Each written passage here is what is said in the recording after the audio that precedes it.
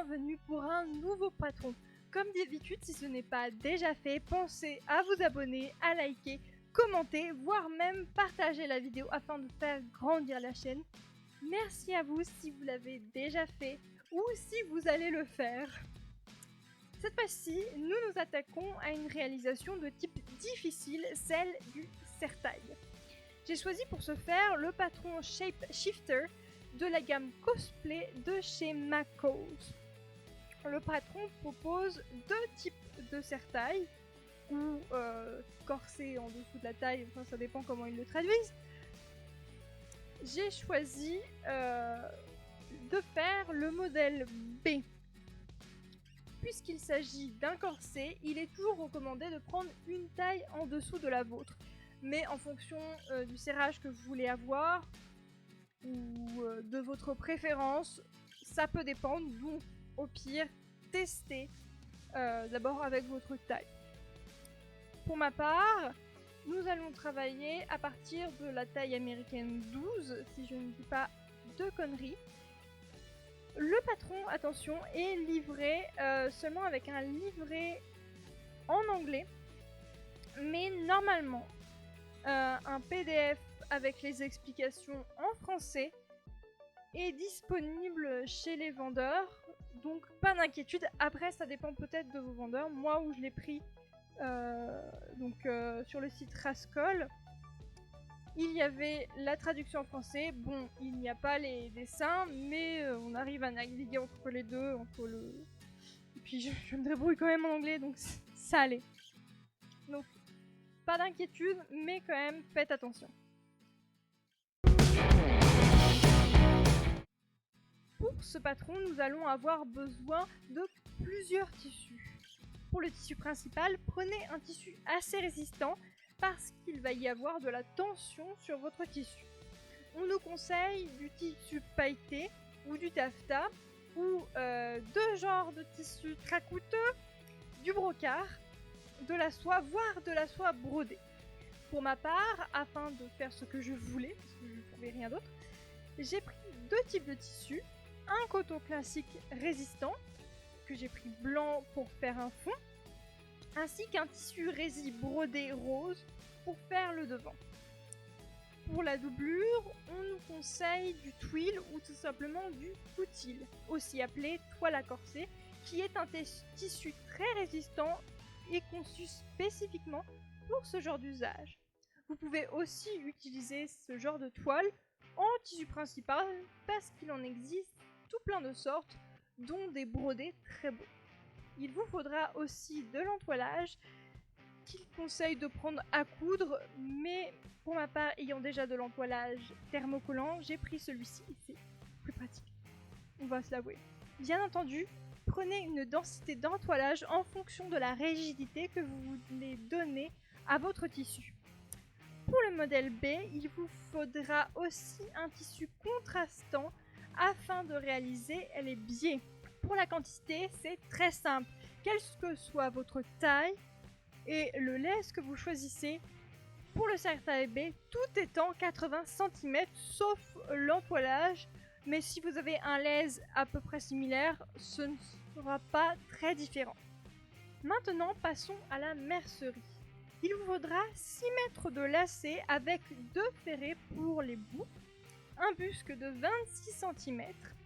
Il vous faudra aussi 40 cm de ruban gros grain de 3,8 cm de large, 28 œillets en deux parties de 6 mm, même si, je l'avoue, pour ma part, j'ai pris du 8 mm. Vous pouvez aussi prendre 1,30 m de galon de dentelle de 2,5 cm de large, comme montré sur le patron. Ce que je n'ai pas fait moi. N'oubliez pas le matériel nécessaire pour la pose des œillets. Si vous avez la pince comme moi, elle fait tout, mais n'oubliez pas un petit marteau. Si vous n'avez pas la pince adéquate, de toute façon les systèmes pour faire les trous et les poses sont inclus normalement dans toutes les boîtes. Il vous faudra aussi des baleines et c'est là que ça se complique puisqu'il faut savoir la longueur de vos casiers à baleines pour savoir la longueur de baleine qu'il vous faut. Ici, il va vraiment falloir faire de la personnalisation et du sur-mesure parce que le tout va réellement dépendre de votre taille et de votre morphologie. Le patron vous conseille même de faire un vêtement d'essai avec une matière peu coûteuse afin de savoir les dimensions de votre vêtement et ainsi de savoir la longueur de vos casiers. Nous allons travailler à partir de 2 sortes de baleines. La baleine plate en acier de 6 mm de large pour les casiers droits et la baleine spirale en acier, elle aussi de 6 mm, qui va nous permettre d'avoir des arrondis. L'avantage avec les baleines prédécoupées, c'est que les bouts sont déjà faits et consolidés et que ça vous évitera de faire des découpes compliquées et en plus de devoir rajouter par-dessus des protections. Moi, j'ai décidé de ne pas faire de vêtements d'essai, surtout vis-à-vis du cou, et de prendre les longueurs directement sur les casiers que je ferai sur mon vêtement. Peu importe la méthode que vous suivez, il vous faudra suivre la règle donnée par le patron. Il nous faut mesurer la longueur de chaque casier, puis soustraire 2,5 cm pour les bordures afin qu'il reste de la place. Il nous est aussi conseillé d'arrondir au 13 mm inférieur si besoin pour les baleines prédécoupées. Maintenant, passons au nombre de baleines qu'il faut. En baleine plate, il vous en faudra 10, 2 pour mettre sous les 2 parties du busque, 2 afin d'en mettre une de chaque côté du busque pour renforcer le tout sur l'avant. Aussi 4 pour l'ouverture du dos afin d'en mettre 2, soit une de chaque côté des œillets, puis 2 dans le panneau du dos. Mais si vous voulez plus de souplesse, vous pouvez choisir des baleines plates en plastique comme le propose le patron. Pour les baleines spirales, il vous faudra mettre 2 baleines par couture, soit une de chaque côté, ce qui vous fera au total 16 baleines spirales. N'hésitez pas à numéroter ou mettre des lettres sur vos coutures afin de mieux vous repérer dans tout ce fatras. Après cette longue explication, nous allons enfin pouvoir passer à un peu plus de pratique.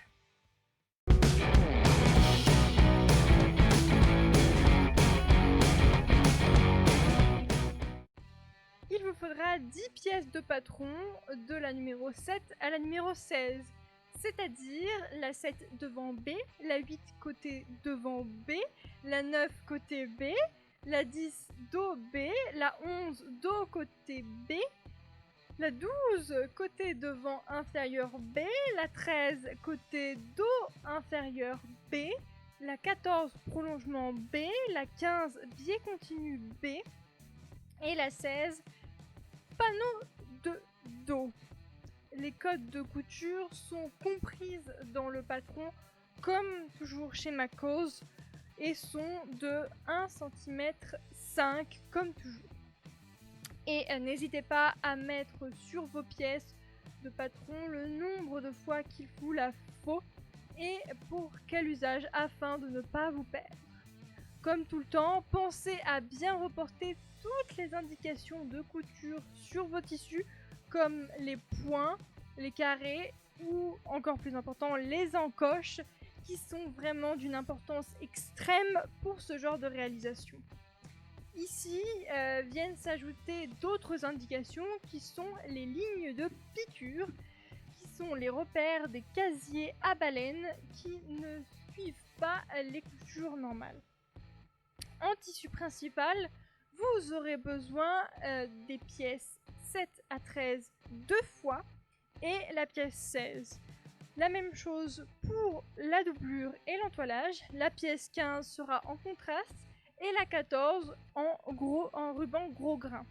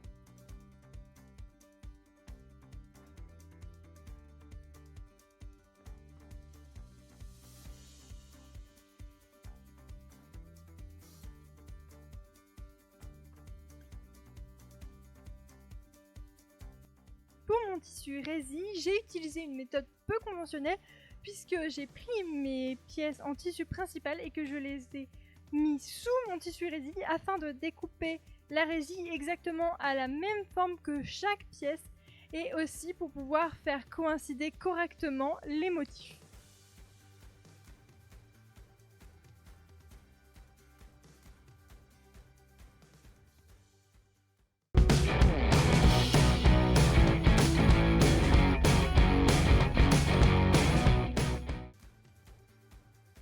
Dans un premier temps, le début peut paraître assez simple puisqu'il s'agit d'assembler les pièces entre elles en faisant coïncider les encoches. J'ai commencé par faire la réalisation en coutil, soit en toile à corset, pour plus de facilité vis-à-vis de mon tissu et de ma résille de l'autre côté. Il faut d'abord commencer par piquer entre elles les pièces 7 et 8, endroit contre endroit, puis ouvrir les valeurs de couture une fois la couture faite.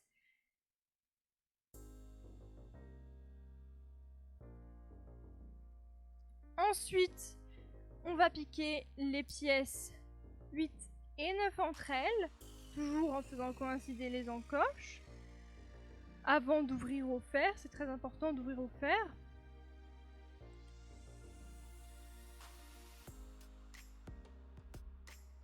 Étape suivante, on pique ensemble les pièces 10 et 11, endroit contre endroit, en faisant coïncider comme toujours les encoches, et on ouvre au fer. Avant de piquer ensemble les pièces 9 et 11, et ensuite d'ouvrir au fer, et de cranter au niveau des courbes.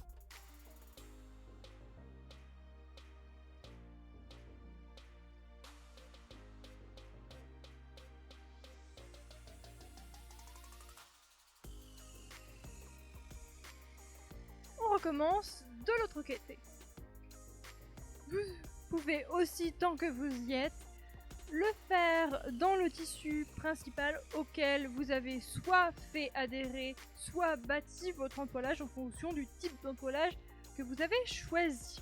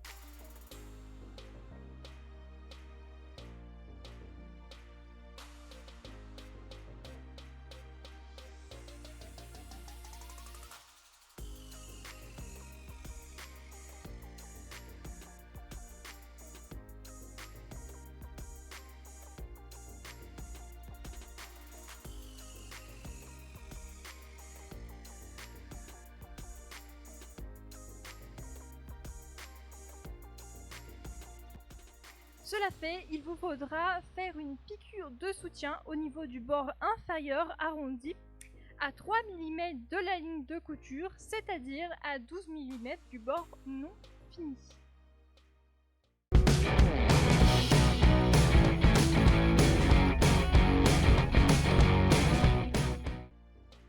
Nous allons maintenant nous occuper des pièces inférieures qui recouvriront les hanches.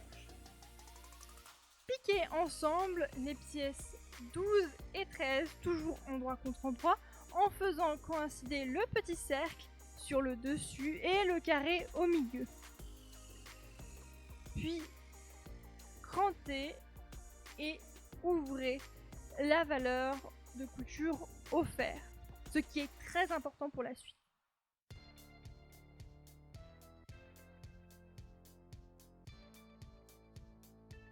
C'est à partir de maintenant que ça va se compliquer. Endroit contre endroit, épingler la partie supérieure à la partie inférieure du serre-taille en mettant la couture du côté inférieur sur le poids de la pièce 11 et en faisant coïncider les encoches. Ensuite, piquez le tout, ce qui s'avère être très compliqué, donc faites bien attention. Il faut limite mettre des épingles partout pour s'assurer que le tissu tienne bien et qu'il y ait un minimum de soucis.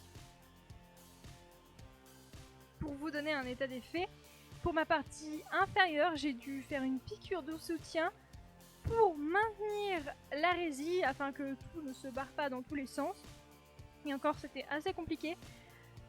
Afin de pouvoir faire la piqûre correctement, sinon ça aurait été infernal, je n'aurais pu rien faire correctement. Heureusement, je m'en suis sortie, mais c'était pas non plus facile.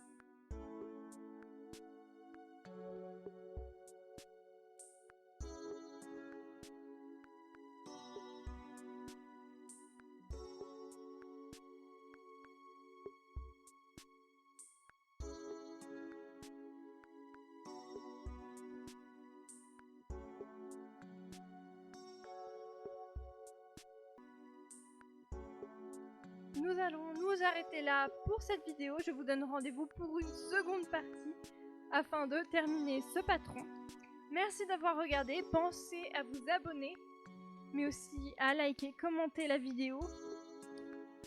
si ce n'est pas déjà fait, et dans ce cas, merci si vous l'avez déjà fait. C'était la Louve, à la prochaine fois.